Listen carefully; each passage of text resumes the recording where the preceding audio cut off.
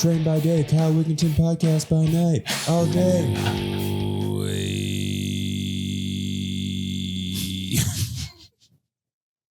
Video Aces video in the house. Yep, we make videos. Waffle, you should have seen me showing out last night on the basketball game. Nice. We went to Like real basketball? Circuit No. City basketball. Oh. We went to, what's it called? Game On? Mm-hmm. FKA Circuit City. And I was just destroying on this basketball game. He almost got the high score. Oh, cool. So you won a bunch of tickets, won some prizes. I don't know. Did we get tickets for that? Yeah, probably. It goes in the card? Yeah. Yeah, I don't know. I didn't have my card. I think I gave it to someone else or someone else's card. Very kind. You know, I do my duty. Kyle Kind. It's like your middle name, right? Kindness. Well, dude, that's like I have this rule, right? Mm-hmm. Where I only have to do so many kind deeds throughout the year. And once those are done, I can just be a fucking menace. Okay. So Yeah. you got yours done early this year. Oh, I'm maxed out, dude. So you're full menace. Yeah, I'm menace right now. Not shocked. Full menace, baby. So, what do you guys have been going on? A lot. A little bit of everything. Been pretty busy lately. Mm-hmm. A little more. Not too bad though. I mean, I'll take it. I'd rather have like a full schedule than nothing. So you're saying that Trump's not really affecting you? Because according It's to going to everyone affect else, all the camera prices, so you Yeah, better it's buy your lenses I and, hope I don't and have to upgrade any cameras gear. before the 9th. well, according to everyone else, he's just like he's a menace too. He must have Well, got all his yeah. good deeds out of the way. Burr's been a menace since the 80s. Well, he gave everybody those stimulus checks. That was like his good deed. And now he's like, I'm taking it all back. When did you get a stimulus check? His first term. Yeah. Oh, okay. I was like, he's stimming people again? No, he's doing the opposite right now. I was on Reddit last night reading like camera forums and stuff, and everybody's just like, "Oh my god, I gotta buy." They're all panic buying right now. So Yeah, there it's was- going to be great for Japan and China. Yeah, what else was there was something else the other day that I saw that it was tequila. Yeah, someone was telling me they're like, if you need to get tequila, you should get it right now because if he does all these tariffs on Mexico, it's gonna shoot the price of tequila up like so many percentages. Yeah. Most anything that's global trade item will kind of get messed over and should be interesting. I mean, tequila is already one of the most expensive things that we buy. So Is it? yeah, who's got their phone on? Is it mine? It's probably me. You son. of a I'll make bitch. sure that I put my phone on airplane mode. I'm just putting it on silent. You guys showed up at a good time, man. It's the rain stopped. Yeah, it's a rainy day in New Orleans. I don't know how I feel about these mics yet. You Well, don't love them? I guess we'll I'll give you some insight on what we've been doing. So we've been doing a lot of event coverage. Okay. Been going very well. Did a few different promo shoots, over the last couple of weeks. But biggest thing is just we did a conference where we really integrated camera to cloud. So basically what we're able to do is connect our camera system to frame.io. And as we shoot, all the files go into the editing. And what's great about that is the client wanted essentially like by 9 a.m. they wanted to air them in the ballroom for the conference. What time does it start? Well, the conference starts, I think, at 8, maybe. Yeah, registration starts at like 8. 7. Oh, you mean like 9 a.m. the next day? Yeah. Okay. Yeah. And it was for like opening night and stuff. It didn't end till like 8:39. So that's a good 12-hour turnaround. Mm-hmm. But the way we were shooting, we actually had the edit done within like an hour. So like we were able to get the team of creative directors, the V1 to be able to proof what we were doing, by like 10. Mm. And then they kind of like might have looked at it overnight. We got notes in the morning around 8 or 7, actually 6 or 7. And then sometimes 2 a.m. sometimes 2 a.m. because this was like a 5-day engagement, but it was like 4 days of the turnarounds. And yeah, so we would be able to have an edit within like the second the event's over. We were able to send them their edit. We get the proofs or the notes by the next morning, and we had their V2, V3 before ballroom air. And then they were able to play it back, and they were super happy. Nice. It was our first time fully integrating camera to cloud. And I mean, it's been around for a while, but I think moving forward with the way media's landscape's changing and how things need to be very quick, I think a lot of things are going to be expected that way. And, because this is a podcast, we're going to talk about AI. But I think with the integration of AI will be able to probably help pull selects quicker or help you do your rough edit. So it might be one of those things where eventually camera to cloud, the footage gets put in there. AI kind of organizes everything, pulls your selects, does your rough, and then you'd have your assistant editor build your V1. And then whoever like the key editor or main editor is, they can go in and maybe fix it up, maybe add some graphics. So basically, assistant editor just goes in and looks over what the AI has done and make sure that it looks decent. I think that's where we're headed. That'd be dope. After seeing how practical this use case was and how well it worked, and with the particular, there's many different ways that it can be set up, but the way that we did it is it gets sent to our monitor. A monitor sends it, so it records to the monitor, and it sends a proxy file. So the proxy files. Say this for people who don't understand any of these words. So the proxy file is just a really low resolution version of what the actual file is, and they're named the same and they have the same timing. So where when you get this low resolution file, you can actually replace it in post by clicking a button. You just click replace proxy and then you select the higher resolution. So we're recording in like 4K 422, which is just really high resolution, not a lot of compression. And then I think the file that's transmitted was at like 1250 or something. It's like a little bit higher than 720, which is still like broadcast quality. Yeah. But like, you know, like the proxies are good enough to where if you were doing like a ballroom projected video, that like you could utilize the proxy footage and no one would know the difference. It's still HD, but it's just not like crazy uncompressed. Yeah, it's not 1080. HD it's like right under 1080 information. So basically, you guys are recording, and then it's going over the internet. Mm-hmm. Okay, and it's going as a low res file, and then you can edit with the low res files, and then it renders out the high resolution. Correct. Yeah. You just relink the footage with whatever editing suite you're using, and there's like you can even edit in the cloud. They've got their own. We didn't do that. We edited in Premiere, but the monitor system, they have their own like internet based editing suite that you can edit everything with, even if it's if you only have an internet connection. And what's cool about that too is you can send the files to the clients or the edits through the system, and they can actually make notes on the timestamps and stuff. Which again, for this particular project, it didn't call for it, but for a little bit larger of a scope of a project, I think you'd be able to do that. I remember at one point in time, we were walking outside filming something. How did you get the files back then? Did you have to wait till you got an internet connection before they came through? Yeah, so we actually walked over to the Superdome and we did an event at the Superdome. And while we were there, I was using a hotspot actually. So I had a hotspot in my backpack. Oh. And I was able to link it to the camera. So even if you've got a good enough, and it doesn't even need to be a great hotspot because the files aren't, I mean, they're of quality, but they're not like large files. So yeah, as long as 5G hotspot will work. Yeah, you just have like a 5G hotspot, you throw it in there, and then you could be walking doing a second line, going through the corridor, going to building to building. And the cool part too is the editor doesn't have to be on site. Like we had it set up to where we had an on-site editor, but the editor doesn't have to be on site. You could have a remote editor anywhere in the world that has an internet connection, and they could build your edit. Then they just send you the edit file, and then you relink the proxies. Then you had export. Cool. So if we were like in the rainforest and we had a Starlink satellite, then Andrew could be here editing while we were filming. Yep. Definitely. 100%. I didn't even think about utilizing Starlink with it, but yeah, that really increases. I mean, once that's actually affordable and has a large enough network, that's for sure. Like, yeah, you'll be able to shoot anywhere. Yeah. Is it not yet? I don't know how affordable it is, especially for the scope of this. The 5G hotspot definitely was the move. Yeah, I don't know anyone that has Starlink yet, but I've heard people talk about it, and like somebody on Rogan's podcast, I think they were basically saying that they've been putting like trail cameras in the rainforest to stop poachers from going in and poaching animals. I know it's real popular with the Wooks festival people. They love it. But why do the Wooks like it? Because they're like usually in the desert or some rural area, like partying, but they still want to have internet. So they can upload all their Wook photos? Yeah, a lot of drone footage. Dude, that sounds very racist when I say it. Wook? Yeah. I mean... those fucking Wooks. Yeah. Well, you know... Not acceptable in the Star Wars universe. They're happy people, man. They're happy people. They love nitrous and ketamine. These fucking Wooks, man. Yeah. I mean, you know, they smell a little. It's almost too close to the G word.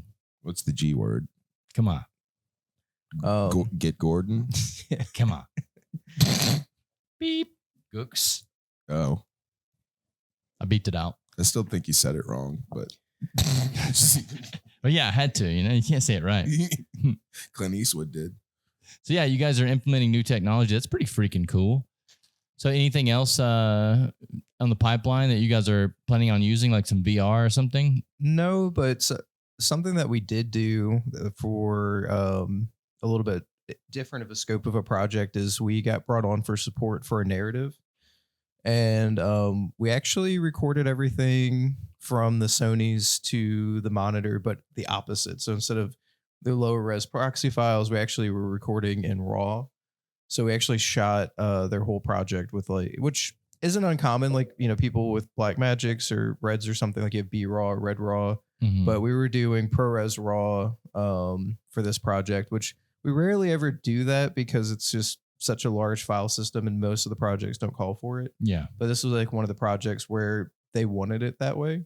So we shot everything in 16-bit linear ProRes RAW. So those were very large files, completely the opposite. Have they got it edited yet? They're No, working on it. Do they even have a computer that can edit that? Hopefully. I hope they do. I mean, it only all hope loaded and well pray. on my end, and I did dailies with it, and it was great. Really, the biggest benefit is you get more control over the color profile in post, Yeah. and for when you're color grading, and then also you can change the settings. So it's like one of those things. I think what is it within a one-stop range or something that you can It's- change the it's like exposure? 2 or 3, I think. Yeah, Like, you can- but like a third of a stop, so you could be like a third of a stop over and then step it down. Mm. Yeah, so it's one of those things that gives you a little bit more room if you use so DaVinci has a relight feature Mhm. where in post you can relight your footage. So like if you're utilizing that, it looks a lot better if you're using it on raw footage, just because there's more information for it to use. Mhm. But yeah, we got to do that. It was really cool. The first time I ever did a project that called for day for night. So we did like a whole almost 2 days of like day for night shooting. Mhm. So we did LUT selection beforehand, which LUTs are just the color profiles that you put on. A You guys are lookup like table. inside a lot though, right? Wait, you do day for night outside. You can. Oh, It's I know. actually, yeah. We had to do it for one I project did a long that time before, ago. but like we did it baked into the camera on like a Panasonic HVX like a long time ago. You could set up scene profiles but it baked it into the footage, so you didn't really have a lot of options editing. With this, we get to do live LUT monitoring. So like once we select all of our LUTs, we've got them all in the monitor. We can Yeah. watch them. So a long time ago, we did this project called Lumina. Have you heard us talk about Lumina before, Waffle? It was where Adam and I met. Okay. Yeah. I think so. So Hensley and I met on this project called Lumina, where I played an evil king and he played the young prince. That, Oh, yeah. yeah, I saw that actually. I watched the scene. yeah. So it was a fucking nightmare of a shoot. It was a student film, so sometimes you get those in student films. But Jared, this is also where we met Jared Beck. Mm-hmm. Jared came on board because he was like, I'm going to do this because he knew he had some day for night stuff and he never done day for night. So he gives all these rules, this set of rules to the guy that's going to be the cameraman. And we get to that day and the guy had broken all the rules because in day for night, one of the things you don't do is you don't show you can do this now if you know how to edit in After Effects. But at that point in time, you didn't show the you didn't show the sky. Yeah, Right. horizon. Yeah. So, because the sky's blue, obviously. But that day they had showed the sky and everything. It was a fucking nightmare. So then Jared came on board and fixed it all. It was good. That's hilarious. Yeah, but it's really cool the tricks you can do whenever you're filming stuff. What did you guys do in particular to show the day for night effect? So we were actually in a very large apartment complex. I mean, very Like an large. Airbnb complex. It was very unique. Well, there was 2 different locations. The main day for night was in a very large apartment complex that had like 7 stories, and it was like big open lobby with these big glass elevators. So the cool part was it was supposed to be during like a thunderstorm. So we had some lights up that were simulating lightning, and that kind of helped fill a lot of the light. And then because it had skylights, you had this really nice bright ambient light that when you do the day for night, you don't have to try to light it. And obviously trying to light for day for night isn't the best because then you could tell that it's artificially lit. So everything already was really bright. So when you put the filter over it, everything was pretty well exposed. yeah, it just looked like moonlight once the Yep. So you should put like a blue filter over it. Yeah. It's just, it's a day for night lookup table specifically made to mimic the look of night. So we did have a grip team that was there to help support us. It would have been nice if they had a slightly bigger package, which wasn't really on them at You all. fucking perv.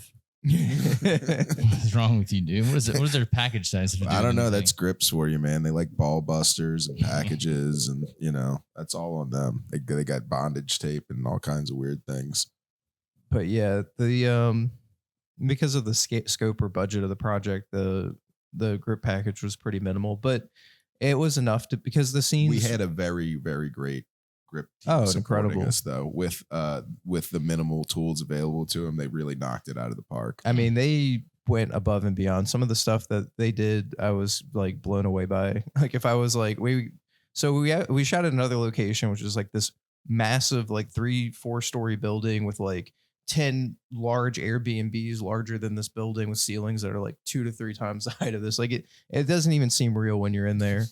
But they had like these big like windows. I mean, massive windows in this one room, and it needed to be nighttime. Mm-hmm. So I'm like, can y'all knock these windows out? And they went, and they took them almost 2 hours, and there was a team of them to get it done right, but they did it, Mm-hmm. and it looked great. And they had the time to do that, by the way, because we were shooting another scene in one of the other Airbnbs that we had already lit.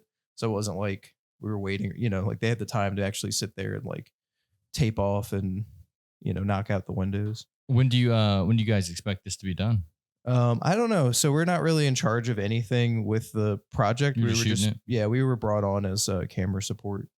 So we're really in charge of anything else other than just filming it.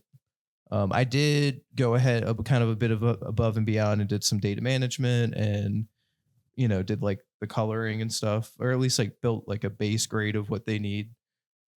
But the rest of the project's like 100% on like the team that brought us on. Mm-hmm. So even from the beginning, as far as like all the coordination of it, and then of course the post, we're literally just camera support. I did spend a couple of days beforehand going over the shot list, but as you know, with these types of projects, how it goes is if you do have a shot list, it kind of gets thrown out the window because it's like you'd lose so much time.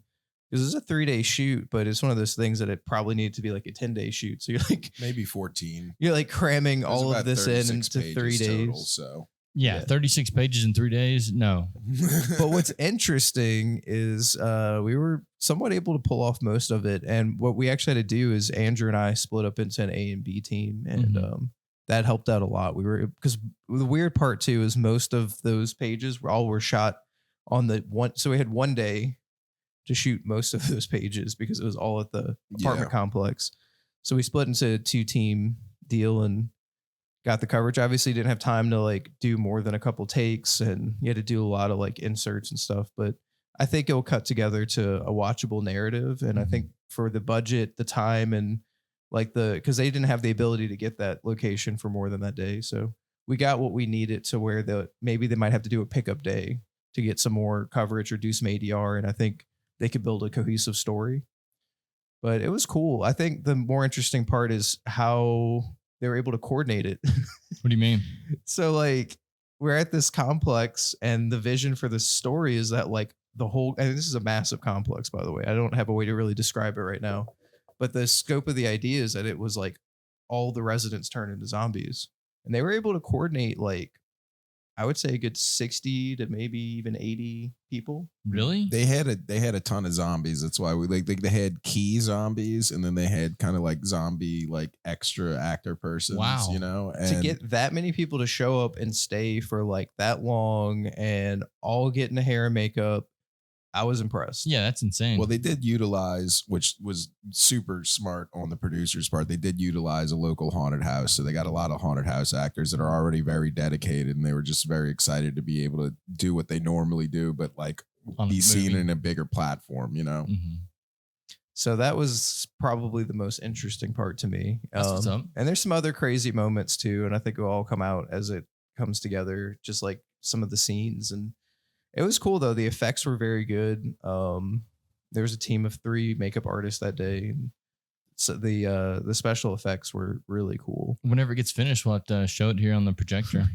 We finally got a power cord back for it. Yep. Nice. The projector room's back. I in will full be effect. interested to see how it comes together, because I will give them this much for the time that we had in the budget. It's really, I can't fathom the ability that we were able to pull off what we did. Well, no, it's pretty cool these days. Whenever you're talking about, indie film and stuff, the amount of stuff people can pull off for the low budget that they have. Like even the stuff like here that we bought for the podcast, like 10 years ago, it would have never been able to do this. Maybe 15 years ago, you wouldn't be able to do this. But now you just have access to all these things that are cheap. Oh, yeah. No, it keeps getting more and more accessible. But the two things that no one has control over that I think was really crazy is the locations. Mm-hmm. Like those two locations to me are like unfathomable to be able to get secured properly. And they did do that. And that blew my mind. How did he get the locations? I actually don't know. I'm not really too sure of any of the pre-pro how they did it, but we had it and it was all done to my knowledge as correctly as basically, possible. if you just walk into a building and start filming, No, he had contract. He had a legal team and everything. Yeah, it was very yeah. impressive because at some point there was a little bit of pushback from one of the locations, and they're like, "Well, we've got a contract in place," and then they kind of the owner of the down a building little was bit. there and he was into it. Oh, that's cool. But I mean, I couldn't imagine trying to secure a building of that style, especially for the that budget many that they had. people's the biggest thing, dude. Like 80 people Plus the crew. nuts. Yeah, I mean, and we were like, we took that place over. Yeah, crazy. they were supposed to have a holding area, but because the winds were like crazy outside, they couldn't set up the holding tent. So they're like legitimately all just in the shooting location. Like, Damn. it was pretty wild. It was wild, but it worked. And I think that's the thing that got to me is I'm like, it showed me like, no matter how insane something is, if you just put it together, it could potentially just work out. Yeah, I mean, Yeah. that's one of the biggest things is like camera and everything. That's, whatever. But like to be able to get the audio necessary, he might have to do some ADR, but like with the ability of 32-bit float now, it's like it does kill a few jobs on set, but it's like it really gives you the ability to move really fast and like not have to set up perfect audio for every scene. What's also the beauty of knowing how to edit and stuff is you can really finagle all this stuff in post if you have enough information. Oh yeah. Like there's 100%. nothing, you don't have to have all the footage on set these days or all the audio on set. You can really play with these things in post. So you guys have been doing the event shooting. You've been shooting some short films. Is it a short film, I guess? Well, that's what we were told, but as it got closer, it started to become more evident that it's closer to a feature. For streaming these days, I think the threshold for what's considered a narrative, if you want to sell it as like a feature to like a streamer like Tubi, like which is considered like free ad supported streaming television, if you meet the 40-minute threshold, they'll sell ad revenue for it. So you just need 40 minutes on screen, including credits. Okay, so long short film. Yeah. Do you ever learn anything from these events that you shoot? Because I mean, some of these events are like medical conferences and things, right? 1,000,000%. Actually, I'll let Andrew take over because I feel like he talks about this the most. What's some of the stuff you've been learning, Andrew? Well, like as far as like live events, I learned something just the other day, like on a wedding that we did. On a wedding, another type of live event. Okay. Which like this type of like if I was working on a reality show, I could apply this same thing. And it's like one of the moments that we needed to get for the edit just totally got destroyed in the thing, which is whatever, the couple was just in the throes of the emotion. And so what was the moment, first of all? they're doing a first look. They're on camera. We're supposed to get them looking at each other in their tuxedo and wedding gown for the first time. And it's this really special moment between the bride and groom. And they kind of just walked away from all the cameras and went into this private area on their own. I was just like, what are we going to do now? This is blown. We're not going to have the moment. But Waffle over here, being the pro that he is, he immediately knew what to do. And he's like, hey guys, that was all great. Can I get you just, turn around, and you're going to turn around again and look at her and smile. And we're just going to do that for the video. And I'm like, you know what? This is perfect. Cause we shifted all the cameras really quickly and got almost a complete moment. Plus we have the audio. Yeah. So I'll give a little more context. So she was in like a private holding area and he was standing right outside of it, turned around. Generally the first look, the bride walks up, taps on the shoulder that's towards the camera, and the person turns to it. Well, she was in there, and for some reason, I don't think she wanted to walk out, but that wasn't what we all discussed. Mm-hmm. So she told him to turn around and come to her, just like in the moment. So we don't have like a camera set up in there because she was supposed to walk out. So he walks in there with her. The second he walks through, I grab a camera, pivot in there, boom. And I sat the camera down right when they started talking. Mm-hmm. So now you have like their genuine, them communicating. I have Andrew bring over the other cameras. Now we've got the 2 over the shoulders, and we might have missed maybe 30 seconds of the initial talking, but I have it on the wide. So now we've got our 3 shot. I let them play it out. It was maybe 5 minutes. Like they were really in love. So they do like a whole like 5. No, they were. It was a beautiful, beautiful wedding. Sus. But they, they had a really good moment. So I waited until it was done. The second it was done, I was like, hey, can you turn around for me? He turns around. I said, can you just tap him on the shoulder again? She taps him on the shoulder. He turns into her. So now you just use that ending part of the close-ups, and then you'd cut back to the middle wide of when they actually started interacting, and then you go back. And if you cut it backwards like that, you would never know. Yeah, and it's the same thing a reality TV just director manipulating would do. monkeys to get the right shot.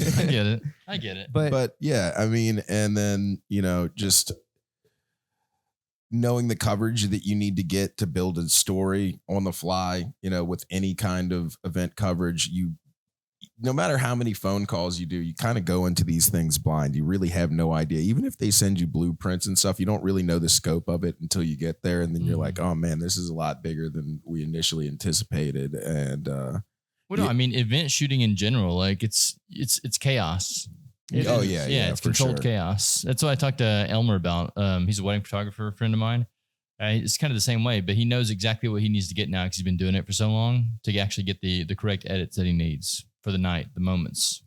Yeah, so learning that kind of stuff and then going into a narrative setting, and being able to pivot that fast and just be like, okay, now we can break off into 2 teams because we both know we're confident enough shooters to go, instead of just being, I work with some guys sometimes and like all they can really do is be assistant camera. They know how to like look at the lenses and put them on the camera. And then like, they kind of just default to the shooter after that. Mm-hmm. So. But yeah, I think that's the biggest takeaway of doing any live event, whether it be like a medical type of shoot or a corporate conference or a wedding, is that you learn how to see the edit as you're shooting, which you can gain that through narrative shooting, obviously. But I think it teaches you a lot quicker because you almost always have to pivot. You almost always have to think on the fly. So when you take that and you apply it to a narrative film, you realize that you could get the coverage needed in a situation where maybe you don't have enough time to be able to like really shoot it how you want due to budget or time or location restraints. So now you've got that tool in your toolbox that you can pull out and kind of like build your edit on the fly. Well, I mean, for me, whenever I am writing something, I'm visualizing the edit as I'm writing. So, I mean, it's like I know what shots I need to get the edit that I need. And if there is a creative, shot someone wants to get on while we're filming the day of, if we have extra time, I'm like, yeah, let's get that too, because it could be a great idea. Yeah. And what I'm getting at is like you have that in your brain, right? And you show up on set and let's just say something goes like crazy wrong and you can't get that coverage.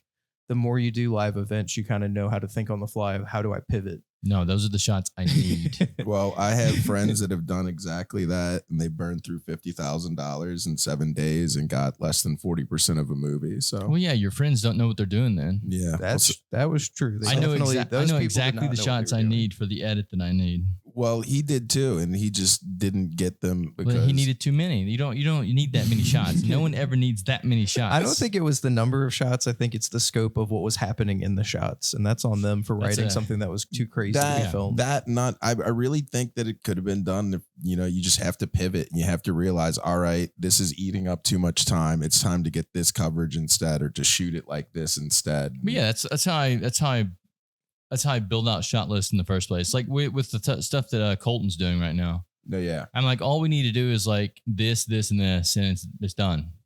And that's actually this is a good segue, is that brings into like managing expectations. I think doing live events and doing all these other types of shoots, you learn how to understand client expectations and managing people's expectations. Because on the shoot that Andrew's talking about where they blew through the budget, I think if they would have just managed expectations and made some of the moments maybe, because they tried to make everything like way too high scale.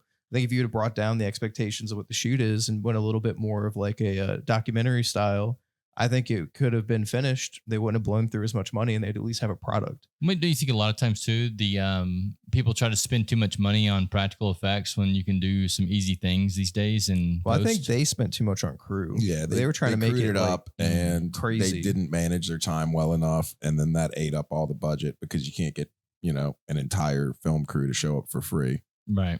And I think that's the thing is if you just manage expectations and maybe change some of the shots to where you don't need you can make like a smaller crew or a different camera package for green certain screen shots. Everything. There were some parts where they were going to green screen and all that fell through too.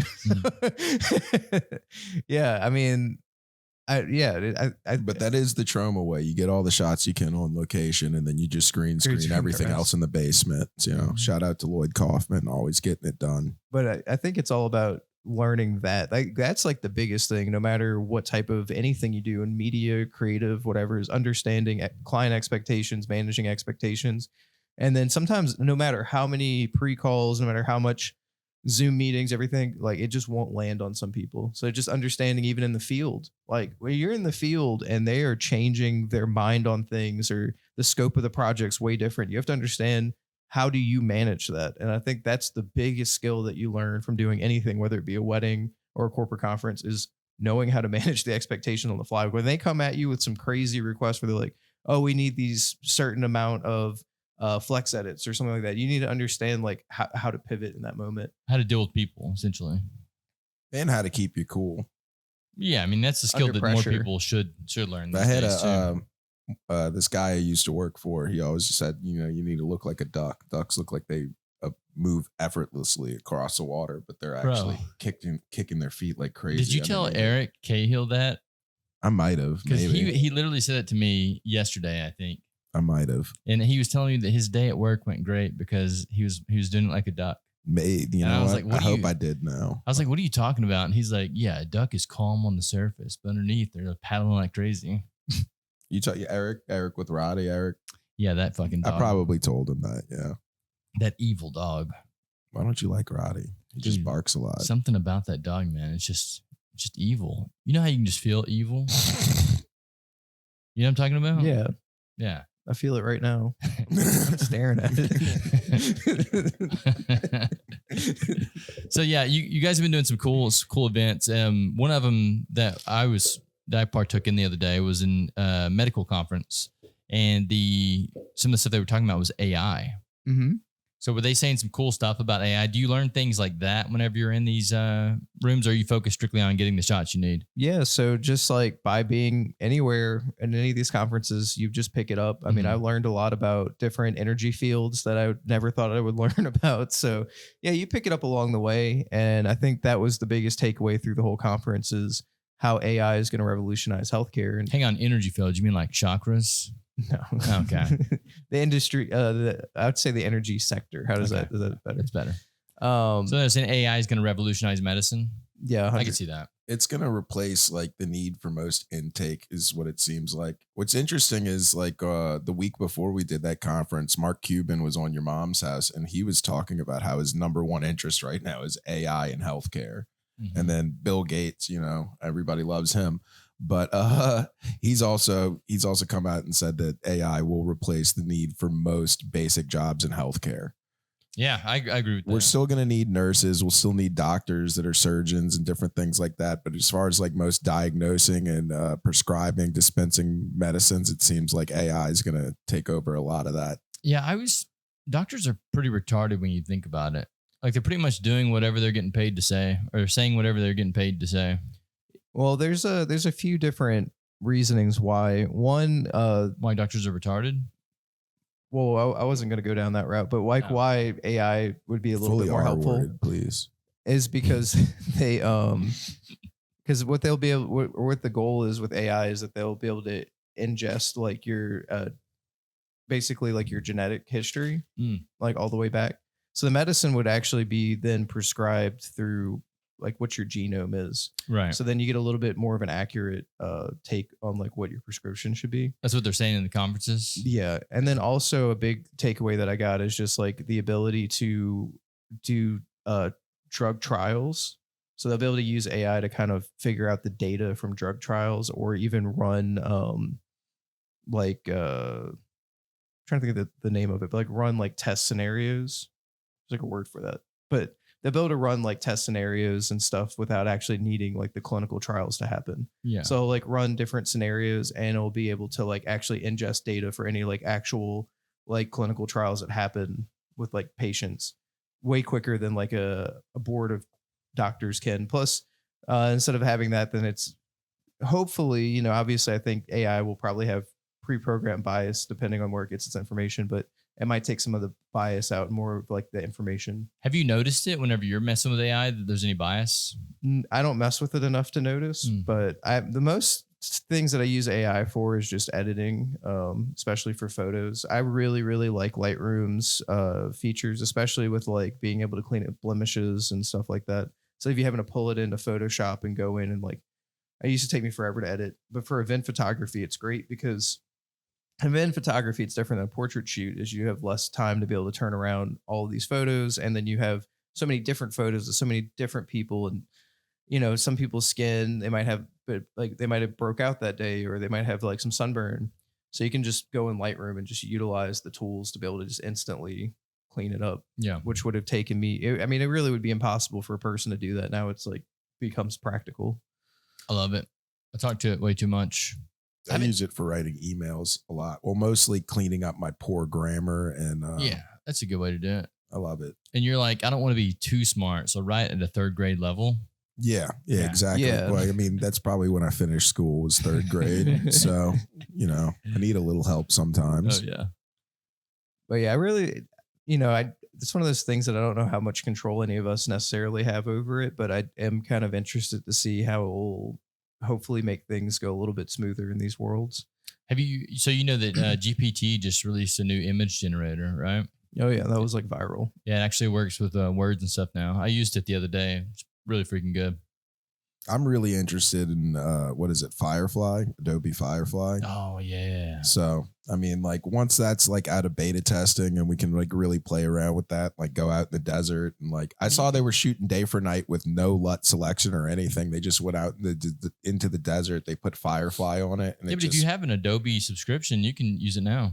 Yeah, but it's all beta. I mean, like So? Well, Andrew's talking about like once it's like fully operational. Yeah, once you can like just go, like once I can go buy a prompt pack, or like once I subscribe to some service like Motion Array where it gives me a set of prompts that I can put in. And you just want it to be easy. Oh yeah, you don't want to have to like create something and then put it back in and then select two different things. I'd be working in After Effects if I did that. I just edit, you know. I don't even want to color it. Yeah, there's one that I mess around with. It's called Kyber.ai.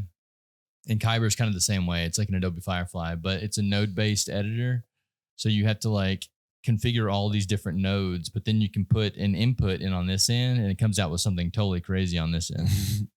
It's pretty cool stuff. And you can even animate your images. So for one of them, for the open mics that we do here, I create some posters every now and then, and I'll stick the images of the poster back into Kyber and it'll animate them all.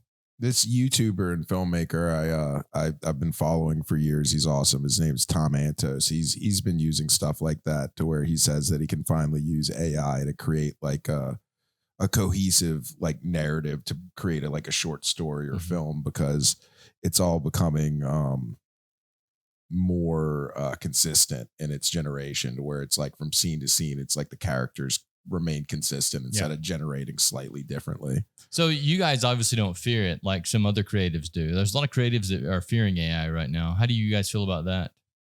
I mean, I'm not the biggest fan of AI in the sense that like some of the applications people think that it may be utilized for, but I do think in the scope of like making your job easier. Because think about like, okay, if we even just look at like photography, I'm going to go way back, but it's like, you know, you used to have dodge and burning, right? So that's like how you would lighten or darken an image. And that would be a chemical process. Well, then you get Adobe Photoshop and then you can go in and dodge and burn a digital image. So now you're not processing an image and you're not doing that. So that already completely made that a lot smoother. So imagine now it's like you can utilize it to change what's in the image or do it for you. So I don't fear it in like that sense, because I do think it all comes down to like creative direction, but it is kind of crazy to see how fast it's grown, how good it actually is.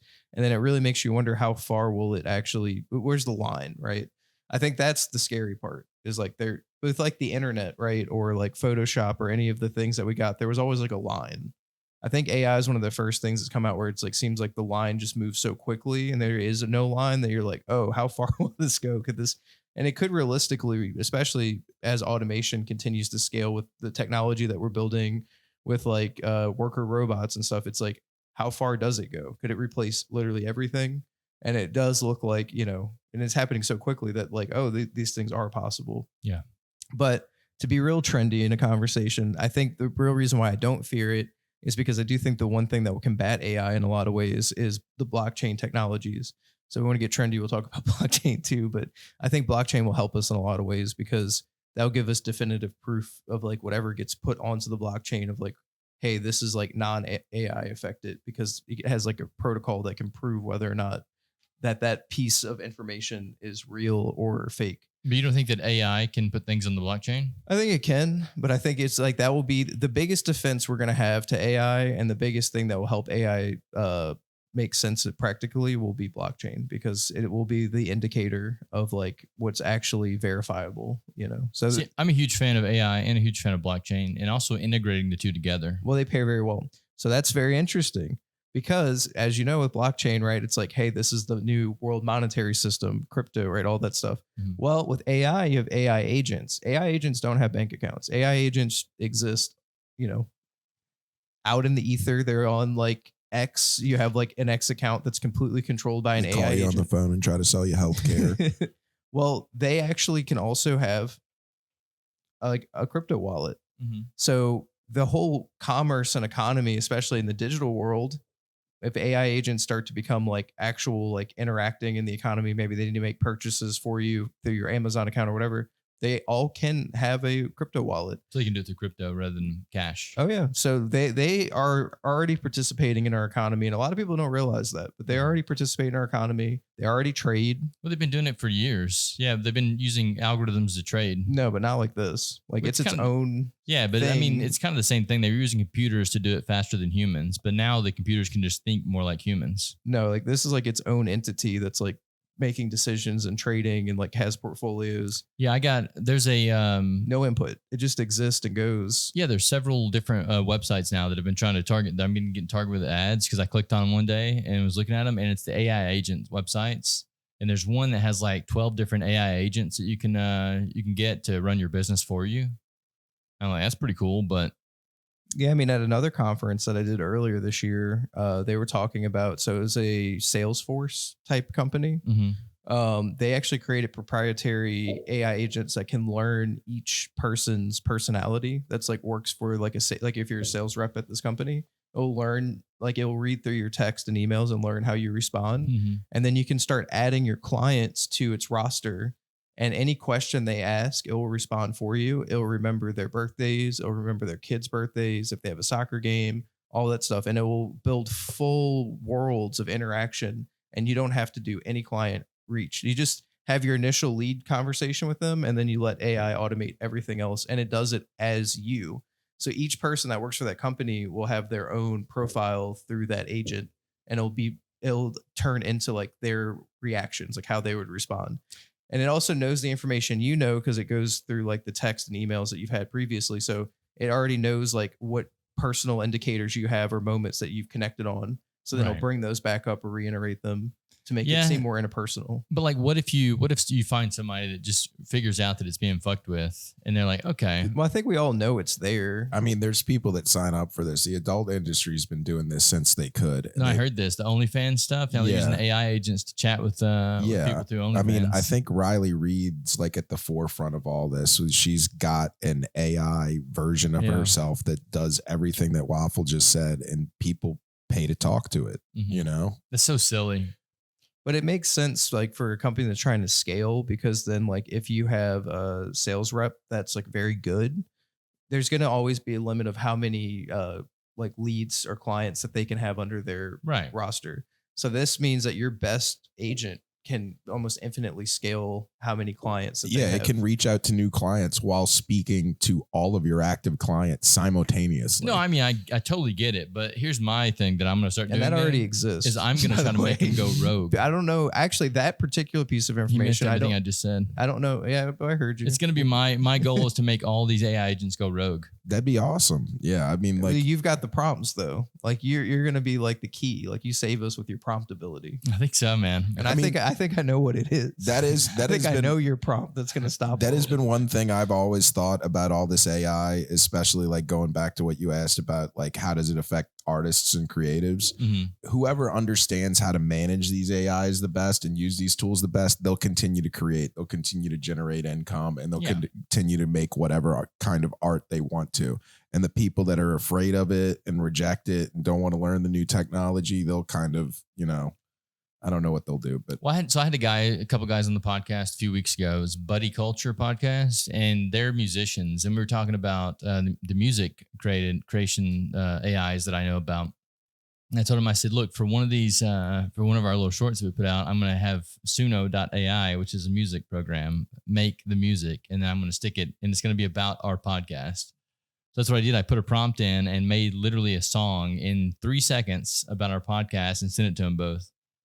And I was like, here you go. And they're like, wait, I hate how good that is. there's some of these guys I like a lot. Like some of the music artists I listen to, they've shared like AI versions of their songs reimagined as like 60s Motown. And it's really good. Yeah. And I like it a lot, so it's like, it just comes down to how creative can you be with it. Are you just going to generate some like AI slop song, or do you want to so it comes down to how you use the tools. That's the biggest thing is like, how creative can you be with what's going on? Because there's some things that I've said that I've done with them so far, and people have been like, what? You can do that? And it's like, yeah, why not? Like even before GPT could do the words, before it was like good with words, I would go in and say, hey, create me a poster for this. And then I would take it and move it into Canva. And where the words were all like jumbled and scribbled, I would remove it with Canva's background remover and then just put the words in back myself. It's like, it's that easy. And now you have an AI generated photo. And then what saves you too is all that time of graphic designing. Dude, If it's like one of those things that isn't necessarily in your skill set. And I think too, it changes the economy of things. It makes things that may have not been in someone's budget or like the scope of a project. It changes all of it. But that's where people get upset about it because they're like, well, it's taking jobs away from people that can do this. Well, or is it leveling the playing field? I don't even know if it's leveling the playing field. It's just giving opportunity, because most of those people that are creating posters now in Canva, they probably wouldn't have had a poster. They just wouldn't have spent the money because they didn't have it. Yeah. And too, the scope of the way the world's changed, like almost everything needs media now, where that wasn't the case. Everything needs an artistic input. So it really isn't economical for a lot of smaller businesses or medium-sized businesses to be able to afford the amount of media and art that they need. So I'm not necessarily saying that like AI is like the right answer, but it's like what has become through technology. So I think that will create more art or more output for these businesses and companies that need it, that maybe couldn't afford it previously. So that is like a little bit of like the positive indicator is it does give like more of accessibility, but then it does in some cases might hurt some of the people who've maybe pre-established a hold on that industry, especially for certain artists. Fuck those people, man. Everyone should be able to create using the tools that are around them. And like for me, it's opened up so many different outlets just based on the time aspect. Like where I would have to spend hours every week editing shorts. Now I have Opus Clips.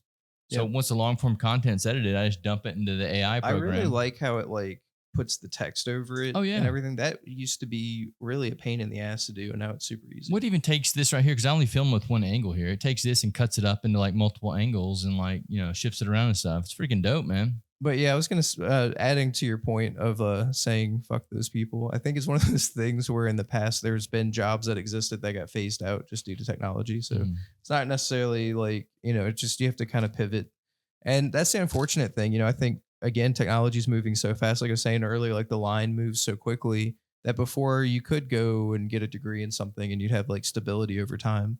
But now it's one of those things that you have to almost pivot in your like with what how your career is shaped and how you move forward. It's real time evolution, bro. No, yeah. Unfortunately, but yeah, we move deeper into that as technology evolves for sure. That's why I think ADHD is really a superpower, or ADD is a superpower, because what those people can do is they can learn this and then go move to this.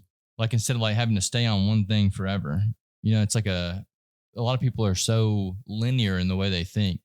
It's like people that actually have these what do they call them? Neurodivergence. The neurodivergence actually can learn and pivot better than other people can. Some. It depends on the severity of their illness. I've seen some people with ADD and ADHD that's crippling and they can't make any decisions. Yeah, fucking losers. it's pretty bad. Get it together. Go work out and meditate. Learn how to control yourself. I would agree that working out and meditation definitely helps increase focus. Yes, for sure. You should have seen me before I worked out. I was real skinny. I was just like this. I grew muscles and now I'm like this, but kind of like this. Yeah, I think AI is awesome. And I think that here's some, you know, actually speaking about meditation, they have these new this new meditation app I heard about that's all AI based, and they create songs and moods for you based off of your personality and create like custom like guided meditations for you. It's become really popular. That's interesting. How do they learn your personality? Through like, you know, I guess you give them access to emails or texts or something, and it just, you know, all your privacy's gone, but you feel real calm. Yeah, I don't think we have privacy anymore at all. Even I saw a guy the other day, he was talking to GPT and he was like, so you're telling me that you're not connected anymore. You can't hear anything that I say. And GPT was like, I can't hear anything you say. And he's like, so you're not listening to me at all? And it's like, no, I cannot hear nothing that you say. GPT was responding to him. Yeah. But no, so what I was going to say is that out of some of the people that I've seen that were just like totally against AI in the beginning, once you actually get them using it, they're like, oh my God, dude, this is going to change my fucking life. Well, yeah, it's also kind of like a slot machine. You know, you get that little endorphin rush. And you're like, generate. Make it more gay. That's your number one prompt. Yeah. But yeah, I think for like the simpler tasks, like maybe organizing your schedule or, you know, replying to things that don't need as much importance of a reply, or even writing emails like Andrew was talking about earlier. I think those are the things that it's like really valuable for, because before it might have taken me a lot of brain power or time, but then that gives me more time to be able to do other things that I enjoy through the day. So It's been pretty helpful in those ways. And I'm super excited for all the Adobe integrations for video, just mainly for editing. I think if I could find something that can pull selects for me and build it rough, and would you trust it though? Because that's 100%. That's a big trust, you know. But for pulling selects, yeah. I mean, I don't know. I think it'd probably do a good job. Well, it's like trusting the AI to basically pick the best shots. Yeah, well, I mean, you know, I think they already have that for photos. They'd have stuff that auto culls for you, so you can go shoot like 1,000 photos, and you just need like 100 photo deliverable for an event. And it actually, what it does is you do like 4 or 5 events through it, and it learns like which images just based off of maybe like framing preference and like focus and stuff like that, and like color and exposure. Yeah, like what you select. And then it will take that information and cull for you. And I'm okay if there's 2, 3, 4, 5 photos that like I like that it didn't pick, because it saves me 3 hours of work. So yeah, there's a trade-off to where like, hey, you know, if it pulls selects for me and it maybe misses 5 of my favorite shots, but it picked 50 of the other ones, I'm okay with that, because I'm just trying to get a product out to my client in a reasonable manner, especially as media is evolving. You know, a few day turnaround, a week turnaround, that's starting to, in my opinion, go away. It's like, I want to be able to do something as quick as I can. So that way, especially these days, there's teams of creative directors. Like you have a team of creative directors, and then there's a marketing team above them. So you need to get this approved by 5 to 10 people. I want to get it to them as quickly as possible as a media creator. So I would totally allow it to pull selects at least, because I can go back and be like, oh, well, I know for sure that clip 5 I liked. I can't believe it didn't use it. I could just go grab it, you know. But it still means you had to look through all the clips. Well, no, when I'm shooting, like I'm saying, like I would know, like, yeah. I mean, there's like, a shot. I'm also editing. Like, you're like, I might not necessarily trust it to make a creative decision for me, but if we're doing like high volume event photography, especially if there's like a sales aspect involved in it, you can it can learn from your sales, and know what sells better. And that helps a lot too, if that's what your business model is. Yeah, there are several photographers I know that have trained the AI on how to edit in their style. And now they put thousands of images in these programs to train them this way. And now all they do is upload all their photos. And well, this would cull it down to what photos compositionally sell the best, so it's like, hey, this one's more likely to sell. So if I did one really artistic photo from that shoot, I could make a mental note or like write that down to where if that got culled out of it, I could still go back and pull that, but it's going to get all the photos up on the website to sell immediately. So I'm going to shift the ball a little bit over to blockchain. Okay. Do you still think that crypto is going to be the future?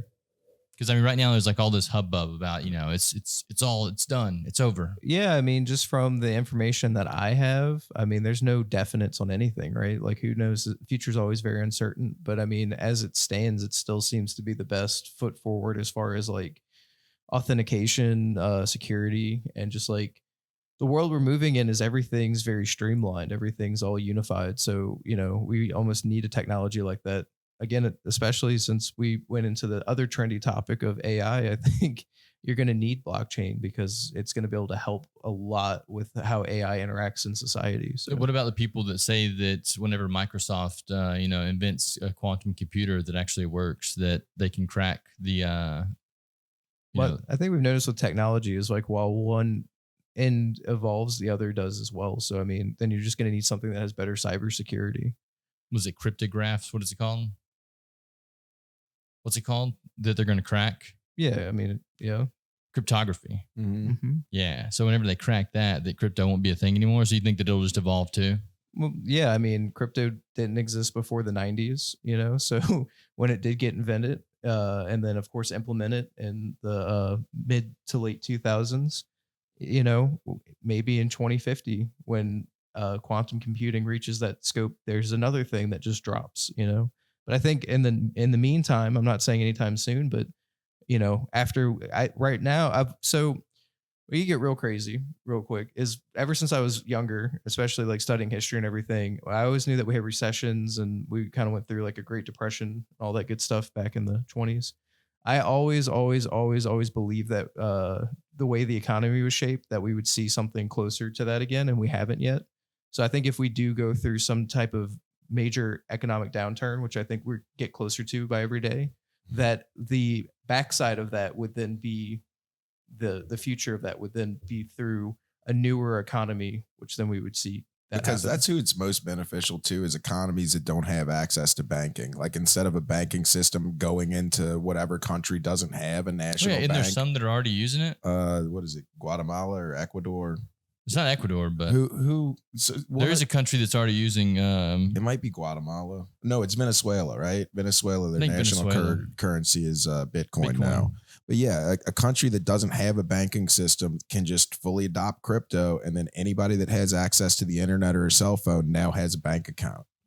But yeah, I think we'll probably see larger economic downturns, and I think like once the economy needs to transition, that's when something like this could come in and like really benefit everyone.